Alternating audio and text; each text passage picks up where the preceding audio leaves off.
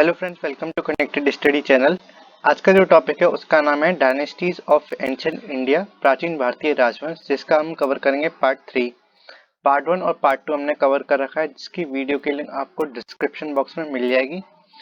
As you know, a lot to know, a lot to discuss। Before we begin, subscribe कर हमारे connected study channels को और हमसे जुड़े रहिए आने वाली वीडियोस के लिए। और शुरुआत करने से पहले इस वीडियो को शेयर कर दें अपने फ्रेंड्स ग्रुप में और स्टडी ग्रुप्स में, जिससे और लोग भी इस वीडियो का फायदा उठा सकें और मोस्ट इम्पोर्टेंट क्वेश्चन जो आने वाले एग्जाम्स में पूछे जा सकते हैं उनको पढ़ सकें। So let's begin. पहला ऑप्शन है यहाँ पे, मोहम्मद बिन कासिम ने निम्नलिखित में से किस ईस्वी सन में सिंध पर विजय प्राप्त की थी?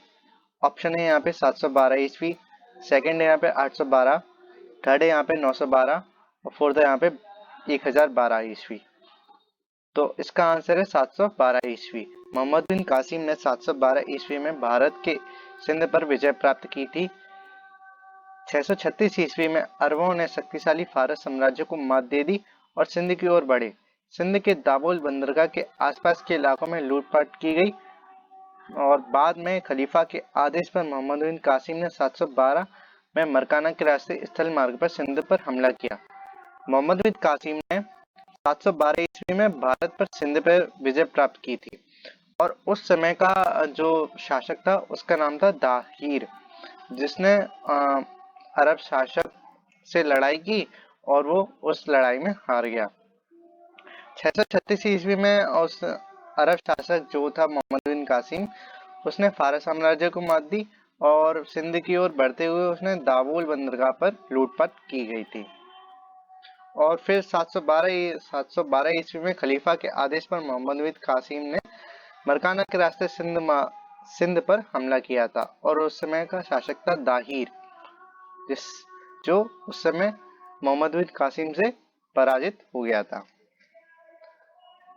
नेक्स्ट क्वेश्चन यहाँ पे, 738 ईस्वी में अरबों को पराजित किया था। किसने पराजित किया था 738 ईस्वी में अरबों ने? पहला ऑप्शन यहाँ पे प्रतिहारों ने, दूसरा राष्ट्रकूटों ने, तीसरा है पालों ने, फोर्थ है चालुक्यों ने। तो इसका आंसर है फोर्थ, चालुक्य ने। 738 ईस्वी में अरबों को चालुक्य ने पराजित किया था।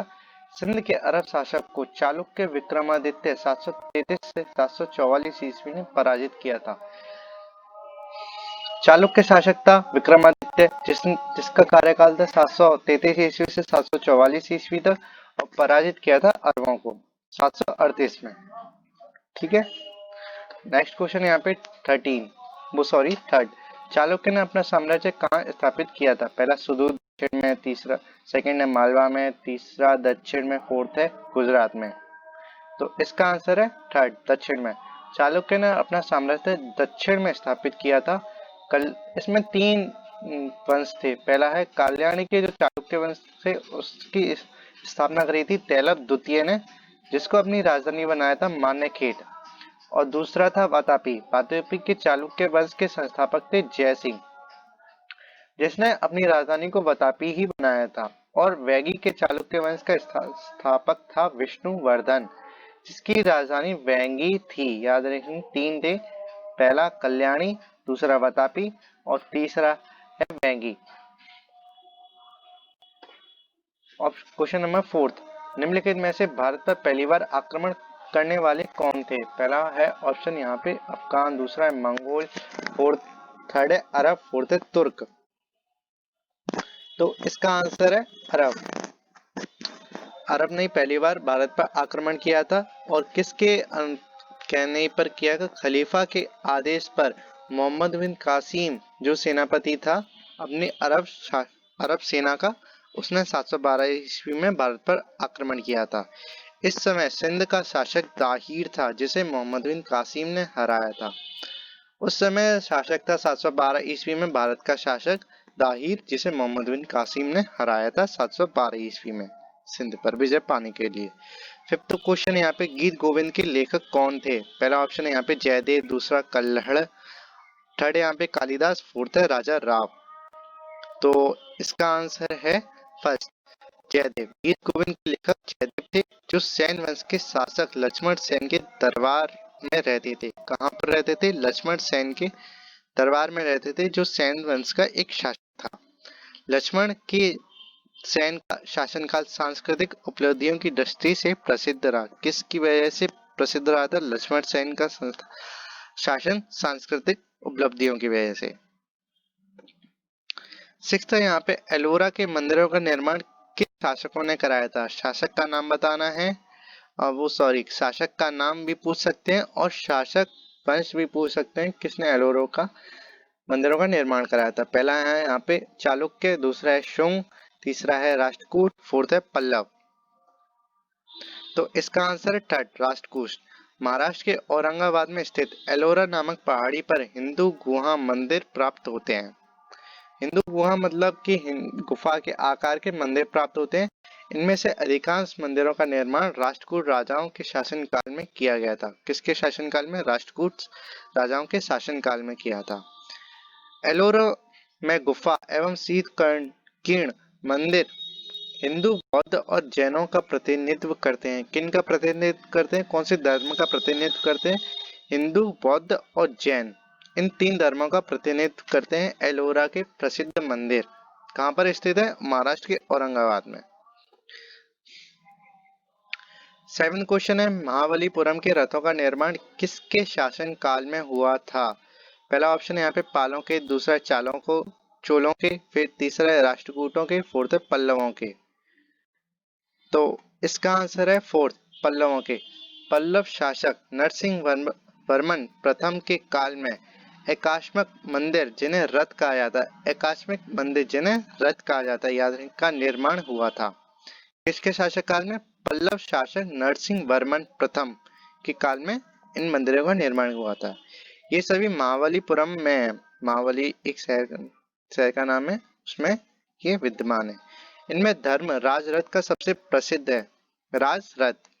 इन रथ मंदिरों को सप्तम घोड़ा कहा जाता है। सप्तम घोड़ा मंदिर इसलिए कहा जाता है क्योंकि ये 7 घोड़ों इस रथ को खींचते हैं, इसलिए सप्तम घोड़ा रथ कहा जाता है। 7 क्वेश्चन यहाँ पे, पल्लवों की राजधानी का नाम था। पल्लव की राजधानी का नाम क्या था? राजधानी का नाम बताना। पहला ऑप्शन है यहाँ पे कांची, दूसरा है वातापी, तीसरा त्रिचिनापल्ली, फोर्थ है महाबलीपुरम। तो इसका आंसर है फर्स्ट, कांची। पल्लवों की राजधानी का नाम था कांची। कांची के महान पल्लव शासक सिंह विष्णु नरसिंह वर्मन प्रथम हुए। कौन थे पल्लव वंश के शासक? महान सिंह विष्णु नरसिंह वर्मन प्रथम। नरसिंह वर्मन प्रथम ने अपने कुल को सर्वाधिक शक्तिशाली शासक था। नरसिंह प्रथम जो थे वो अपने कुल के सर्वाधिक सबसे शक्तिशाली शासक थे अपने कुल में, पल्लव वंश में, जिसने पुलकेशिन द्वितीय को पराजित किया था। किसको पराजित किया था? पुलकेशिन द्वितीय को पराजित किया। नेक्स्ट क्वेश्चन यहाँ पे, ब्रह्मदेश्वर मंदिर कहाँ स्थित है? ब्रह्मदेश्वर मंदिर की जगह बतानी है, वो किधर बना हुआ है? पहला ऑप्शन है कांची, दूसरा मदुरै या चेन्नई, फोर्थ है श्रीशैलम, फोर्थ है तंजौर। तो इसका आंसर है फोर्थ, तंजौर। तंजौर का भव्य शिव मंदिर जो राजराजेश्वर अथवा ब्रह्मदेश्वर नाम से प्रसिद्ध राजराज प्रथम काल में हुआ था। तंजौर का जो भव्य मंदिर है उसको 2 नाम से जाना जाता है, राज राजेश्वर या ब्रह्मदेश्वर, जिसका निर्माण कराया था राजराज प्रथम के काल में हुआ था। मंदिर भारत के मंदिरों में सबसे बड़ा मंदिर एक कलाकृति है जो स्थापत्य के का घोतक है। यहाँ पे मंदिर की विशेषता बताई गई है। भारतीय वास्तुकारों द्वारा बनाए गए मंदिरों में यह विशाल मंदिर है, सबसे बड़ा मंदिर। इस मंदिर के 4 भाग एक दूसरे से संबंध एक ही दूरी पर बने हैं। मंदिर का एक सबसे महत्वपूर्ण अंग है गर्भगृह एवं शिखर। शिखर मतलब की चोटी, उसका मंदिर की शिखर या चोटी, जैसे ताजमहल की चोटी जहाँ पे चांद है, ऐसे ही उस मंदिर की चोटी, शिखर। 10 क्वेश्चन यहाँ पे, अधिकांश चोल मंदिर किस देवी देवता को समर्पित थे? मतलब कि किस देवी देवताओं के लिए बनाए गए थे वो मंदिर चोल वंश में? पहला ऑप्शन यहाँ पे विष्णु, दूसरा है शिव, थर्ड है ब्रह्मा, फोर्थ है दुर्गा। तो इसका आंसर है शिव। चोल राजाओं के समय में तमिल प्रदेश में शैव तथा वैष्णव धर्म का बोलबाला रहा। किसका बोलबाला था? शैव तथा वैष्णव। यहाँ पे शिव, शैव का मतलब है शिव के अनुयायी महादेव या शिव के अनुयायियों को शैव कहा जाता है, और विष्णु के अनुयायियों या विष्णु के भक्तों को वैष्णव बोलते हैं। इनमें शैव धर्म अधिक लोकप्रिय था, शिव भक्ति ज्यादा लोकप्रिय थी। शिव भक्ति गीत का संकलन करता अंडार नम्मी को माना जाता है। जो गीत है शिव भक्ति के, उसका संकलन, जिसका संग्रह किया था, उसका नाम था अंडार नम्मी, जो राजराज तथा राजेंद्र चोल के समय में हुआ। किसके शासनकाल में? राजराज तथा राजेंद्र चोल के समय। चोल वंश के अधिकांश शासक शैव धर्म के अनुयायी थे, जिन्होंने शैव के अनेक मंदिरों का निर्माण कराया। चोल वंश के जो पूजा करते थे वो शिव भक्त थे, इस वजह से उन्होंने शिव के मंदिरों का अधिक जोर दिया। 11 क्वेश्चन यहाँ पे, अल-बुरूनी भारत में किसके साथ आया था? किसके साथ भारत में अल-बुरूनी ने अपना प्रथम कदम रखा था? पहला है ऑप्शन यहाँ पे महमूद गजनी, दूसरा है सिकंदर, थर्ड है बाबर, फोर्थ है तैमूर। तो इसका आंसर है फर्स्ट, महमूद गजनी। अल-बुरूनी भारत में महमूद गजनवी के साथ भारत आया था। महमूद ने 1000 से 1026 ईस्वी के मध्य पर भारत पर 17 बार आक्रमण किया। कितनी बार आक्रमण किया? 17 बार। अरब लेखक अल-बुरूनी ने अपनी पुस्तक किताब उल हिंद में भारत की तत्कालीन स्थिति का वर्णन किया है। उल हिंद किताब जो अरब लेखक अल-बुरूनी ने लिखी है, उसमें भारत की जो उस समय, जब महमूद गजनवी के समय में जो दृष्टि थी, भारत की स्थिति थी, उसका वर्णन मिलता है उल हिंद किताब में, जो अल-बुरूनी के द्वारा लिखी गई है। 12 क्वेश्चन है, पृथ्वीराज रासो को निम्नलिखित में से किसने लिखा है? पृथ्वीराज रासो के रचयिता का नाम बताना है, वो किसके द्वारा लिखी गई है? पहला है भवभूति, सेकंड यहाँ पे जयदेव, तीसरा है चंद्रबरदाई, फोर्थ है यहाँ पे बाणभट्ट। तो इसका आंसर है थर्ड, चंद्रबरदाई। पृथ्वीराज रासो चंद्रबरदाई ने लिखा था। इस ग्रंथ में चाहमान तथा अन्य समकालीन राजपूतों वंश के इतिहास से संबंधित कुछ उपयोगी बातें लिखी गई हैं। जो राजपूत वंश थे और चाहमान वंश थे, उनके लिए, उनके संबंध में कुछ महत्वपूर्ण बातें हैं। और चंद्रबरदाई पृथ्वीराज चौहान का राजकवि था। पृथ्वीराज रासो हिंदी साहित्य का प्रथम महाकाव्य माना जाता है। हिंदी साहित्य का प्रथम महाकाव्य है पृथ्वीराज रासो, जिसको लिखा था चंद्रबरदाई में। 13 क्वेश्चन यहाँ पे, किस लड़ाई ने मोहम्मद गौरी के लिए दिल्ली का क्षेत्र खोल दिया? पहला है ऑप्शन तराइन की पहली लड़ाई, सेकंड है यहाँ पे तराइन की दूसरी लड़ाई, तीसरा है खानवा का युद्ध, फोर्थ है पानीपत की पहली लड़ाई। तो इसका आंसर है तराइन की दूसरी लड़ाई। तराइन की दूसरी लड़ाई जो लड़ी गई थी 1192 में, ने मोहम्मद गौरी के लिए दिल्ली क्षेत्र खोल दिया। तराइन की द्वितीय युद्ध पृथ्वीराज चौहान और मोहम्मद गौरी के बीच हुआ, जिसमें पृथ्वीराज चौहान की पराजय हुई। तराइन की लड़ाई हुई 1192 में, किसके बीच हुई? पृथ्वीराज चौहान और मोहम्मद गौरी के बीच, जिसमें पृथ्वीराज चौहान की पराजय हुई और दिल्ली पर शासन बना लिया मोहम्मद गौरी ने। 14 क्वेश्चन, निम्नलिखित में से किसने सोमनाथ मंदिर पर आक्रमण किया था? पहला ऑप्शन है यहाँ पे मोहम्मद गजनवी, सेकंड है यहाँ पे मोहम्मद गौरी, फोर्थ है, थर्ड है यहाँ पे इल्तुतमिश, फोर्थ है कुतुबुद्दीन ऐबक। तो इसका आंसर है मोहम्मद गजनवी। सन 1225 से 1226 ईस्वी में मोहम्मद गजनी ने एक विशाल सेना लेकर सोमनाथ मंदिर पर आक्रमण किया।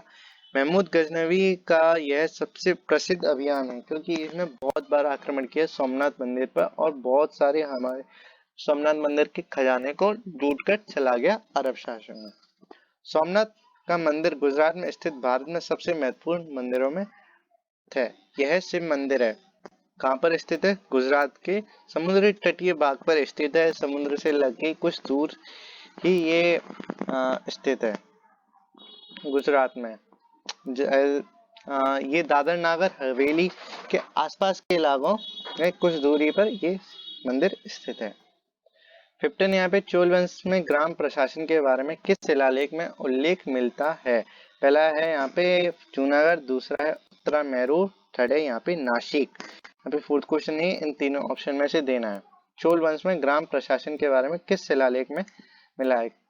ठीक है, फोर्थ से ऑप्शन नंबर सेकंड है यहाँ पे उत्तर मेरू अभिलेख द्वारा चोल वंश के ग्राम प्रशासन के बारे में जानकारी मिलती है।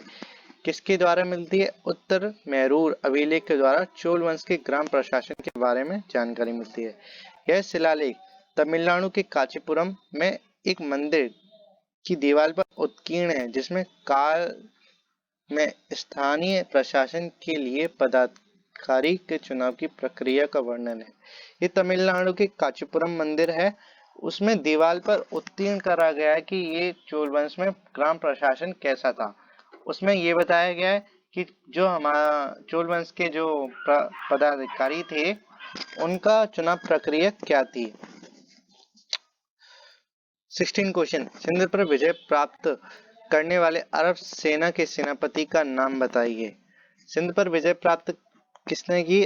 अरब सेना के सेनापति का नायक का नाम बताना है। पहला है यहाँ पे अल हजाज, दूसरा है कुतुबुद्दीन ऐबक, तीसरा है अलाउद्दीन खिलजी, फोर्थ है मोहम्मद बिन कासिम। तो इसका आंसर है फोर्थ, मोहम्मद बिन कासिम। भारत का प्रथम मुस्लिम आक्रमण मोहम्मद बिन कासिम के नेतृत्व में 712 में हुआ था। यह अरब का रहने वाला था। कासिम का आक्रमण सिंध के शासक दाहिर पे हुआ, जिस पर दाहिर पराजित हो गया मोहम्मद बिन कासिम से। 17 क्वेश्चन, अरबियों ने मुल्तान को क्या नाम दिया था? पहला है यहाँ पे सौंदर्य नगरी, दूसरा है संपदा नगरी, तीसरा है स्वर्ण नगरी, फोर्थ है गुलाबी नगरी। तो इसका आंसर है थर्ड, ऑप्शन नंबर थर्ड, स्वर्ण नगरी। जवाहर अल बिहार प्रसिद्ध और इतिहास के लेखक ने अपनी पुस्तक में लिखा है कि मध्यकाल में मुल्तान के हाउस ऑफ गोल्ड के नाम से जाना जाता है। मुल्तान को हाउस ऑफ गोल्ड या स्वर्ण नगरी के रूप में जाना जाता है। अब सेकंड यहाँ पे इवन खुर्जा ने भी अपनी पुस्तक book of roads and kingdom में सिटी ऑफ गोल्ड के रूप में मुल्तान का वर्णन किया गया है। इवन खुर्जा ने अभी अपनी पुस्तक में मुल्तान को सिटी ऑफ गोल्ड के रूप का नाम दिया है। ठीक है। 18, कांचीपुरम में प्रसिद्ध वैकुंठ पेरुमल मंदिर किसने बनवाया था? पहला है यहाँ पे नरसिंह वर्मन द्वितीय, सेकंड यहाँ पे परमेश्वर द्वितीय, तीसरा यहाँ पे नंदी वर्मन द्वितीय और फोर्थ यहाँ पे अपराजिता वर्मन। तो इसका आंसर है थर्ड, नंदी वर्मन द्वितीय। ऐसा माना जाता है कि कांचीपुरम में स्थित थिरु परमेश्वर या वैकुंठ पेरुमल मंदिर का निर्माण पल्लव शासक नंदी वर्मन द्वितीय ने कराया जाता है। मानते हैं कि इसने अपना जो वैकुंठ पेरुमल मंदिर का निर्माण की नींव इसी ने रखी थी और पूरा भी इन्होंने ही कराया था, पर बाद में मध्यकालीन चोल और विजयनगर शासकों ने इसके निर्माण में अपना महत्वपूर्ण योगदान दिया और यह द्रविड़ शैली की वास्तुकला में निर्मित है। ठीक है, दो शासकों ने कराया, नंदी वर्मन और पूर्ण रूप से जो बना हुआ है इस समय में वो कराया मध्यकालीन चोल और विजयनगर के शासकों ने। 18 क्वेश्चन, प्रतिहार वंश का महानतम राजा कौन था? प्रतिहार वंश का महानतम राजा का नाम बताना है, कौन सा शासक था जो महान था। फर्स्ट यहाँ पे वत्सराज, सेकंड यहाँ पे भोज या मिहिर भोज, दोनों ही नाम से जाना जाता है, भोज या मिहिर भोज। तीसरा है यहाँ पे दंती दुर्ग, फोर्थ है यहाँ पे नागभट्ट। तो इसका आंसर है सेकंड, भोज या मिहिर भोज। मिहिर भोज प्रथम जो था 836 से 885 तक, यह भोज प्रथम को प्रतिहार वंश के सबसे बड़े एवं सबसे शक्तिशाली शासक के रूप में माना जाता है। अपने चरमोत्कर्ष काल में भोज का साम्राज्य दक्षिण में नर्मदा नदी तक, उत्तर पश्चिम में सतलज नदी तक और पूर्व में बंगाल तक फैला हुआ था। भोज शासक ने अपना जो साम्राज्य फैला वो दक्षिण में नर्मदा नदी तक, उत्तर पश्चिम में सतलज नदी तक और बंगाल में पूर्व में बंगाल तक फैला रखा था। महानतम राजा थे प्रतिहार वंश के भोज या मिहिर भोज, दोनों एक ही है। 20 क्वेश्चन, निम्नलिखित में से भारत का वह स्थल स्मारक कौन सा है जो यूनेस्को की विश्व सांस्कृतिक धरोहर की सूची में शामिल नहीं है? भारत का स्थल या स्मारक बताना है जो यूनेस्को की विश्व सांस्कृतिक धरोहर की सूची में शामिल नहीं। पहला ऑप्शन यहाँ पे तिरुपति तिरुमाला मंदिर, सेकंड यहाँ पे आगरा फोर्ट, थर्ड यहाँ पे दिल्ली में हुमायूं का मकबरा। फोर्थ है केवला देव नेशनल पार्क। तो इसका आंसर है तिरुपति तिरुमला मंदिर। तिरुपति तिरुमला मंदिर यूनेस्को की विश्व सांस्कृतिक धरोहर की सूची में शामिल नहीं है। जो ये मंदिर है वो आंध्र प्रदेश में स्थित है, तिरुपति शहर में। इसलिए कहा जाता है तिरुपति तिरुमला मंदिर। ये वैष्णव धर्म है, मतलब कि विष्णु का यह एक बहुत बड़ा मंदिर है और ये पूर्ण रूप से सोने का बना हुआ है और भारत का सबसे अमीर मंदिर, बहुत ही पैसे वाला मंदिर जो सोने का बना हुआ है। ये मंदिर बहुत ही बड़ा मंदिर है, सोने का खजाने के रूप में माना जाता है। और यहाँ पे जो दान होता है, बहुत करोड़ों करोड़ों रुपए में एक एक दिन में दान आता है यहाँ पर। इसलिए याद रखें तिरुपति का तिरुमला मंदिर यूनेस्को की विश्व सांस्कृतिक धरोहर की सूची में शामिल नहीं है। 21 बर्मा, जो इस समय म्यांमार देश है, का प्राचीन भारत में क्या कहा जाता था? बर्मा जो इस समय म्यांमार है, म्यांमार के नाम से जाना जाता है इस काल में, उसको प्राचीन भारत में किस नाम से जाना जाता था? पहला है ऑप्शन मलयम मंडलम, दूसरा है याव द्वीप, तीसरा है स्वर्ण भूमि और फोर्थ है यहाँ पे स्वर्ण द्वीप। तो इसका आंसर है थर्ड स्वर्ण भूमि। बर्मा आधुनिक समय में म्यांमार या म्यांमार देश के नाम से जाना को प्राचीन काल में स्वर्ण भूमि कहा जाता है। जहाँ तक कथाओं में इसका वर्णन प्रथम बार स्वर्ण भूमि के रूप में मिलता है। जो ज्यादा कथाएं हैं, इस म्यांमार शहर म्यांमार देश को स्वर्ण भूमि के रूप में लिखा गया है। इसके अतिरिक्त टॉलमी ने अपनी पुस्तक पेरिप्लस और ऑफ इरिथियन सी में बर्मा को, यहाँ पे गलत है, बीमा नहीं है, बर्मा को स्वर्ण भूमि कहा गया है। 22 अंगकोर वाट मंदिर कहाँ स्थित है? अंगकोर वाट मंदिर कहाँ स्थित है? पहला ऑप्शन थाईलैंड में, दूसरा मलेशिया में, तीसरा है कंबोडिया में, फोर्थ है म्यांमार में। तो इसका आंसर है थर्ड कंबोडिया में। कंबोडिया के अंगकोर वाट मंदिर मध्यकालीन हिंदू स्थापत्य की एक उत्कृष्ट रचना है, जिसका निर्माण 1125 ईस्वी में कंबोडिया के राजा सूर्यवर्मन द्वितीय द्वारा करवाया गया है। जो कंबोडिया का अंगकोर वाट मंदिर है, उसका निर्माण कराया था सूर्यवर्मन द्वितीय, जो कंबोज के राजा थे, और कराया था ईस्वी सन 1125 ईस्वी में। यह संपूर्ण मंदिर पत्थरों से बना है। किससे बना है? पत्थरों से। मंदिर 3000 फुट की चौकोर पत्थर के चबूतरे पर निर्मित है। मंदिर की विशेषता है यह कि मंदिर 3000 फुट की चौकोर पत्थर के चबूतरे पर निर्मित है। इस मंदिर की दीवार पर रामायण और महाभारत की कहानियां उभरी हुई मूर्तियों में अंकित है। इस मंदिर की जो दीवारें हैं उस पर महाभारत की कहानियां अलंकृत है। महाभारत और रामायण की कहानियों को अलंकृत करा गया है अंगकोर वाट मंदिर पर। 23 अजंता की चित्रकला कृतियां में वर्णित कथांक है। पहला ऑप्शन है यहाँ पे रामायण, दूसरा है महाभारत, तीसरा है जातक, फोर्थ है पंचतंत्र। तो इसका आंसर है थर्ड जातक। अजंता की चित्रकला कृतियां में वर्णित कथांक जातक कथाओं से संबंधित है। किससे संबंधित है? जातक कथाओं से संबंधित है। अजंता के चित्रों में 3 प्रमुख विषय हैं। पहला है अलंकार, चित्रण और वर्णन। 3 प्रमुख विषय हैं। पहला है अलंकार, दूसरा है चित्रण, तीसरा है वर्णन। अनेक बौद्ध एवं बोधिसत्वों का चित्रण हुआ है, जबकि जातक ग्रंथों से ली गई कथाएं वर्णनात्मक दृश्यों के रूप में उत्कीर्ण करते हैं। अजंता की जो चित्रकला है वो जातक ग्रंथों से ली गई हैं, जिनको वर्णनात्मक मतलब कि लिखित हैं, वो अजंता के द्वार पर के रूप में उत्कीर्ण करा गया है। 24 लिंगराज मंदिर कहाँ स्थित है? लिंगराज मंदिर का स्थान बताना है, वो कहाँ स्थित है। पहला ऑप्शन है यहाँ पे मथुरा, दूसरा है तिरुचेंदूर, थर्ड है यहाँ पे भुवनेश्वर, फोर्थ है यहाँ पे उज्जैन। तो इसका आंसर है भुवनेश्वर, ओडिशा राज्य में भुवनेश्वर में। लिंगराज मंदिर भुवनेश्वर ओडिशा में स्थित है। यह मंदिर हिंदू धर्म स्थापत्य का सर्वोत्कृष्ट उदाहरण है और यह मंदिर जो है वो शैव भक्तों के द्वारा बनाया गया है, मतलब कि शिव भक्ति के लिए बनाया गया है। शिव का मंदिर है लिंगराज मंदिर, जो ओडिशा भुवनेश्वर में स्थित है। ओडिशा की राजधानी है भुवनेश्वर। ये भी याद रखेंगे, एक क्वेश्चन यहाँ पे बन गया।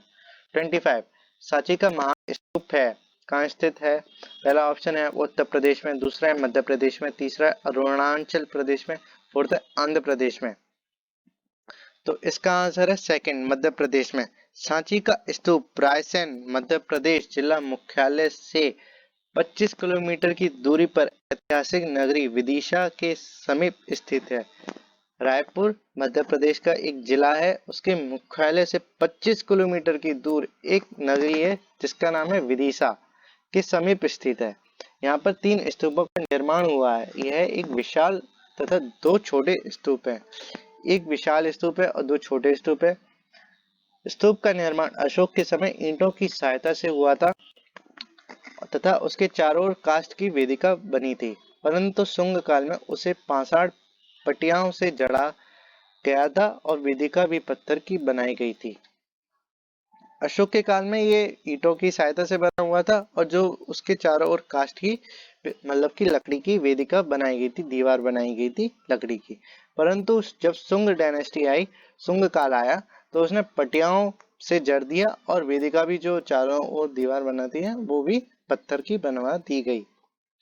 26 पैरी श्री पैरी बंदूर किसका जन्म स्थल है? पहला है श्री माधवाचार्य, सेकंड यहाँ पे वासवन्ना, थर्ड यहाँ पे श्री शंकराचार्य, फोर्थ यहाँ पे श्री रामानुजाचार्य।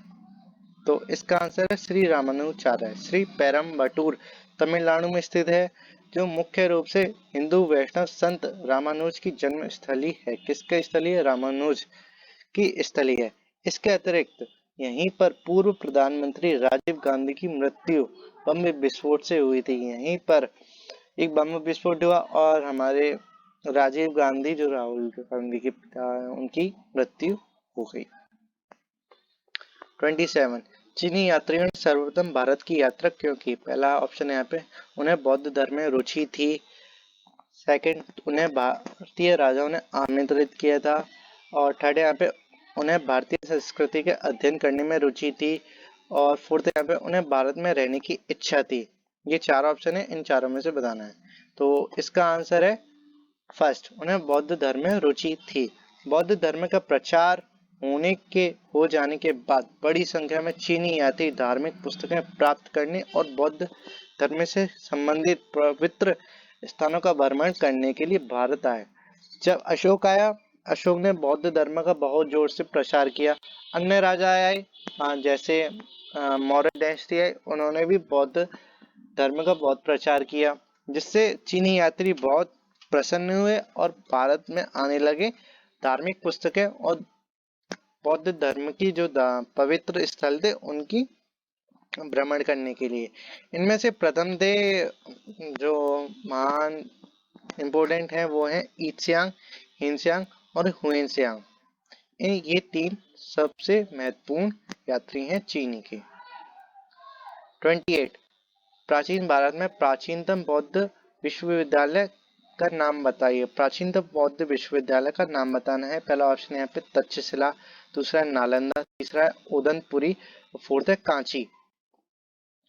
तो इसका आंसर है तक्षशिला। कुछ स्रोतों के अनुसार तक्षशिला विश्वविद्यालय विश्व में सबसे प्राचीन विश्वविद्यालय है।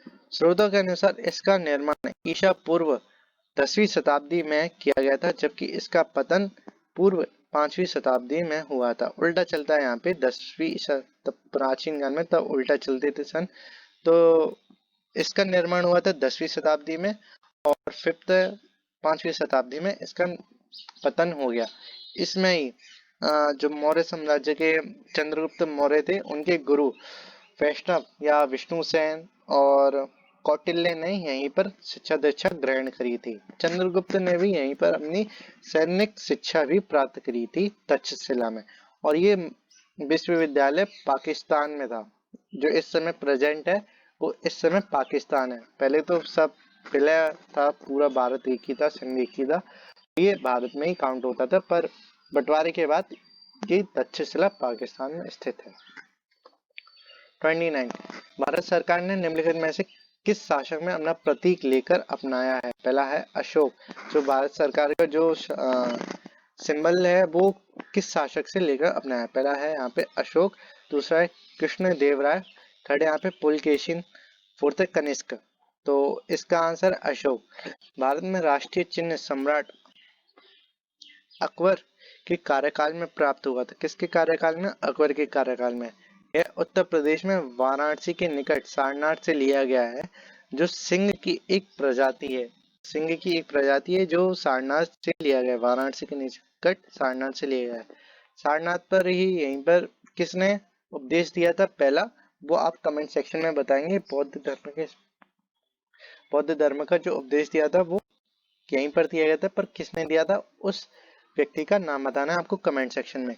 ईसा पूर्व 3री शताब्दी में सम्राट अशोक ने सारनाथ को अपनी राजधानी के रूप में स्थापित कर लिया। 3री शताब्दी में सम्राट अशोक ने सारनाथ को अपनी राजधानी के रूप में स्थापित कर लिया था। तो याद रखें किसके कार्यकाल में? अकबर के कार्यकाल में। कहां से लिया है? उत्तर प्रदेश के वाराणसी के निकट सारनाथ में लिया गया है। नगर कोझिकोड कहलाता है? पहला है तंजौर, दूसरा है त्रिचूर और थर्ड यहाँ पे त्रिशूर, फोर्थ है कालीकट। तो इसका आंसर है कालीकट। केरल में मालाबार तट पर स्थित कोझिकोड शहर कालीकट के नाम से भी जाना जाता है। किसके नाम से? कालीकट के नाम से यह जाना जाता है। केरल का एक बहुत बड़ा शहर है। यह केरल का तीसरा सबसे बड़ा शहर है।